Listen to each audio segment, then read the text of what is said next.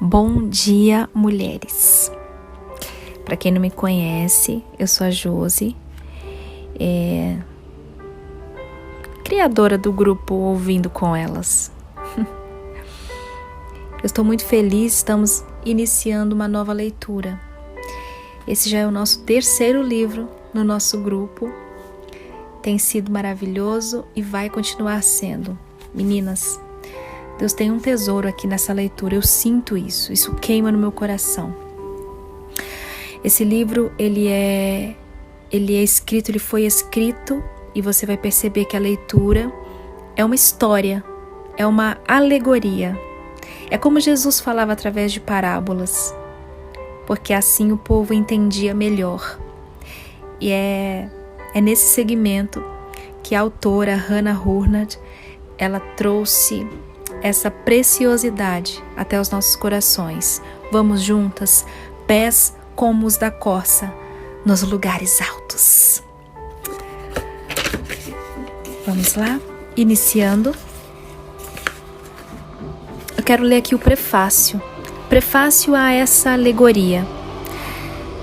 Certa manhã, durante a leitura bíblica do dia em nosso acampamento da missão na Palestina, nossa jovem enfermeira árabe leu na luz diária: ouço a voz do meu amado, ei-lo aí galgando os montes, pulando sobre os outeiros. Cantares 2:8.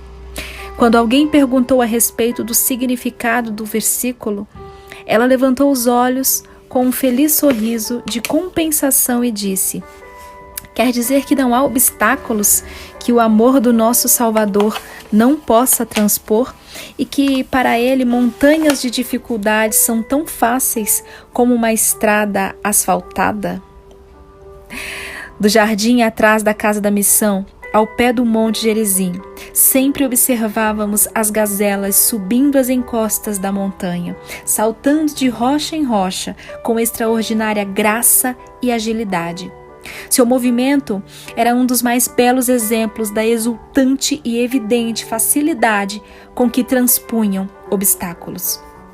Nós, os que amamos ao Senhor do amor e queremos segui-lo, quão profundamente almejamos o poder de transpor todas as dificuldades, provas e conflitos da vida com a mesma exultante e triunfante disposição. Aprender o segredo de uma vida vitoriosa tem sido o desejo do coração de todos os que amam ao Senhor.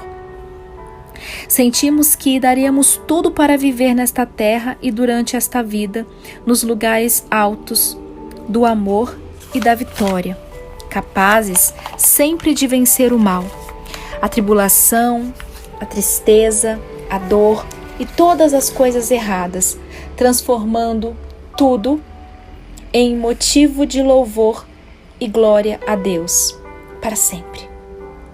Como cristãos, sabemos, pelo menos teoricamente, que na vida de um filho de Deus não há nada secundário e que Deus permite mesmo as mais cruéis injustiças como gloriosa oportunidade de reagirmos a elas de modo tal que o nosso Senhor e Salvador seja capaz de implantar em nós, pouco a pouco, seu próprio caráter amoroso.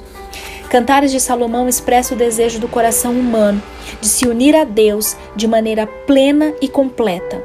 Deus nos fez para si próprio e nossos corações nunca podemos conhecer o descanso e a perfeita satisfação, a não ser nele. É a vontade de Deus que alguns de seus filhos conheçam essa profunda união com ele através do perfeito florescimento do amor humano natural encontrado no matrimônio.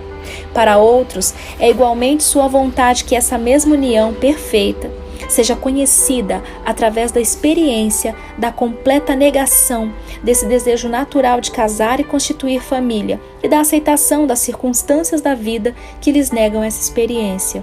Esse instinto de amor tão profundamente implantado no coração humano é o supremo caminho pelo qual aprendemos a desejar e amar o nosso próprio Deus acima de tudo o mais. Nenhum reconhecimento mental do ego a ser morto para o pecado, nem a procura de um meio ou disciplina que crucifique A vontade podem alcançar os lugares altos da vitória e união com Cristo. O único caminho é aprender a aceitar, dia após dia, numa constante renúncia, a nossa própria vontade, as verdadeiras condições e provas permitidas por Deus mediante pessoas com as quais temos de viver e trabalhar e as coisas que nos acontecem. Cada aceitação da vontade divina torna-se um altar de sacrifício, e cada renúncia e abandono de nós próprios em favor da sua vontade nos leva mais além, no caminho, rumo aos lugares altos, para onde Ele deseja conduzir seus filhos enquanto aqui viverem. A aceitação do mal e o triunfo sobre ele, a convivência com a tristeza, a transformação da dor em algo incomparável e precioso, o aprendizado, através de constante e alegre rendição, o conhecimento do próprio Senhor, do amor, de um modo diferente, a experiência de uma união inquebrantável com Ele. São as lições alegóricas desse livro. Os lugares altos não representam o céu após a morte, mas a gloriosa experiência dos filhos de Deus no presente, se seguirem o caminho que Ele escolheu para eles.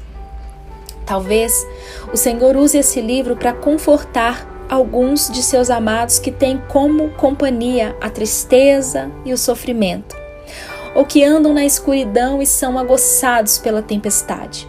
Talvez ele ajude a entender o novo sentido dos acontecimentos, pois as experiências pelas quais estão passando são parte de um maravilhoso processo pelo qual o Senhor está tornando real em suas vidas a mesma experiência que fez Davi e Abacuque gritarem exultantes: o Senhor Deus fez os meus pés como os da corça e coloca-me sobre os lugares altos. Salmos 18:33, Abacuque 3:19.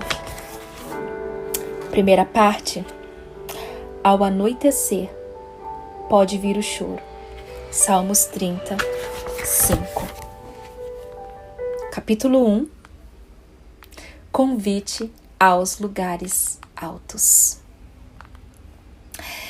Essa é a história de como a grande medrosa se libertou da sua família temores e acompanhou o pastor para os lugares altos, onde o perfeito amor lança fora o medo. Por vários anos, a jovem havia estado a serviço do pastor-chefe, cujos rebanhos eram apacentados no Vale da Humilhação. Ela vivia na Vila da Grande Apreensão, num tranquilo chalé branco, em companhia de misericórdia e paz, suas amigas e companheiras de trabalho. Embora ela amasse o seu trabalho, desejasse intensamente agradar ao pastor-chefe e algumas vezes se sentisse feliz, ela estava consciente de que diversas coisas prejudicavam o desempenho de seu trabalho, causando-lhe angústia secreta e até humilhação. Em primeiro lugar, ela era aleijada dos pés. Estes eram tão deformados que a obrigavam a tropeçar e a manquejar durante o seu trabalho. Seu rosto, desfigurado pela boca torta e inexpressiva, dificultava-lhe a fala. A grande medrosa sabia que esses repugnantes defeitos poderiam ser a causa do assombro e das ofensas de muitos dos que sabiam que ela estava a serviço do grande pastor. Com toda a força do coração, ela desejava livrar-se completamente dessas deficiências e tornar-se bela, graciosa e forte, como tantos outros que estavam a serviço do pastor. Mas ela temia a possibilidade de nunca se libertar desses dois defeitos físicos que continuariam, portanto, prejudicar-lhe o serviço. Havia ainda outra grande dificuldade em sua vida. Ela pertencia à família Temores. E seus parentes estavam espalhados por todo o vale. Era-lhe difícil livrar-se deles. Como órfã, ela era deixada sob a responsabilidade da tia sombria agourenta, que morava com suas duas filhas, a desanimada e a rancorosa, e com o filho covardia, que habitualmente perseguia e atormentava de modo terrível a pobre prima. Como a maioria das outras famílias do Vale da Humilhação, os temores também odiavam o pastor e tentavam boicotar os seus servos. Sentiam-se muito ofendidos pelo fato de um dos seus estar a serviço do pastor. Assim, além de tentarem por todos os meios persuadi-la e afastar-se do seu emprego, eles resolveram que ela precisava casar-se imediatamente. Com quem? Com o primo Covardia. Um meio de fazê-la permanecer com seu próprio povo. Se ela rejeitasse essa proposta, o casamento seria realizado mesmo à força. Pobre grande medrosa, esmagada sob o horror desse pensamento e sempre atemorizada diante dos parentes, não sabia como resistir aos intentos deles. Ela simplesmente assentou-se acovardada diante deles, repetindo sempre que nada a induziria a casar-se com Covardia, embora não conseguisse livrar-se da presença da família. Era quase noite, quando a família finalmente dispensou a jovem ao final da infeliz e demorada reunião. Com um suspiro de alívio, ela se lembrou de que o pastor deveria estar guiando seus rebanhos ao lugar de sempre, onde iam beber num lago ao lado de uma queda de água, fora dos limites da vila. Grande Medrosa costumava ir todas as manhãs a esse lugar ao encontro do pastor, a fim de receber dele as ordens para o dia. À tardezinha ela voltava, a fim de relatar o dia de trabalho. Era hora de ir ao encontro dele à margem do lago. Por certo, ele a ajudaria, impedindo que os seus parentes a afastassem dele, e a livraria da escravidão de um casamento com o primo Covardia. Ainda trêmula de medo, e sem parar, nem mesmo para enxugar as lágrimas que lhe escorriam pelas faces, ela fechou a porta do chalé e correu em direção ao lago. A luz tranquila do crepúsculo enchia o Vale da Humilhação com os últimos raios dourados, enquanto ela deixava a vila e atravessava os campos. Além do rio, as montanhas que circundavam o leste do vale erguiam-se como trincheiras tingidas de vermelho, ao passo que belas e misteriosas sombras cobriam seus profundos desfiladeiros. Naquela calma tarde tão cheia de paz, lá se foi a pobre e assustada Grande Medrosa, ao lago onde o pastor a esperava. E ela lhe contou o seu drama. "O que farei?" exclamou ao terminar o relato. "Como fugir? Eles não podem forçar-me a um casamento com meu primo Covardia, ou podem? Ah!" E um grito assustado escapou-lhe ao pensar em tal matrimônio. "Se o fato de eu ser Grande Medrosa já é horrível, só em pensar em me tornar a senhora Covardia pelo resto da vida será uma chance de escapar desse grande tormento. Está além das minhas forças." Mas o pastor disse: "Não se assuste, nem se atemorize." Ele disse com ternura: "Você está a meu serviço, e se confiar inteiramente em mim, eles não poderão forçá-la a nenhum tipo de aliança familiar. Mas você nunca deveria ter recebido seus parentes temores em seu chalé, pois eles são inimigos do rei a quem você serve." Eu sei, exclamou ela. "Mas acontece que sempre que encontro qualquer dos meus parentes, sinto-me sem forças, apesar de tentar vencê-los. Enquanto eu morar no vale, eu não posso me livrar deles. Eles estão em toda parte, e agora que planejam dominar-me de novo, não tenho coragem de aventurar-me a sair da minha casinha, com medo até de ser raptada." Enquanto ela falava, erguia os olhos aos picos das montanhas lindamente iluminados pelo pôr do sol, além do vale e do rio. Então exclamou ansiosa: "Ah, se eu pudesse fugir desse Vale da Humilhação e habitar nos lugares altos, completamente fora do alcance de todos os temores de todos os parentes meus." Nem bem acabara de pronunciar essas palavras, para seu completo espanto, o pastor falou: "Tenho esperado tanto por essa sugestão sua. Seria mesmo melhor que deixasse o vale e fosse para os lugares altos, o lugar aonde eu mesmo desejo levar você. Os declives mais baixos daquelas montanhas que você avista do outro lado do rio são os limites, as fronteiras do reino de meu pai, o reino do amor. Temores de qualquer espécie não podem morar lá, porque o perfeito amor lança fora o medo e tudo o que atormenta. Ela o olhou, estática, maravilhada. Ir para os lugares altos, exclamou, e morar lá? Ah, se eu pudesse! Por meses e meses esse desejo tem me perseguido. Penso nisso dia e noite. É um sonho impossível. Eu nunca chegaria lá. Eu sou aleijada. E olhou os pés deformados enquanto falava.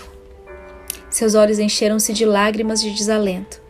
Essas montanhas são tão íngremes e perigosas. Não dá. Contaram-me que só as gazelas e as corças podem caminhar a salvo por elas. Uau, meninas, esse foi nosso primeiro áudio.